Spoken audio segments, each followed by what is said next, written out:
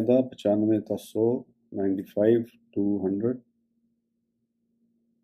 ए ईमान वालो, ना मारो शिकार को जबकि तुम एहराम बांधे हुए हो, और जो कत्ल करे शिकार को तुम में से जानबूझकर तो उसकी जज़ा ये है कि इसी किस्म का जानवर दे जो उसने कत्ल किया है। फैसला करें इसका दो मोतबर आदमी जो तुम में से दरआन खा लेके ये कुर्बानी काबा में पहुंचने वाली हो, या कफ़ारा अदा करे वो ये कि चंद मस्कीनों को खाना दे या उसके बराबर रोज़े रखे,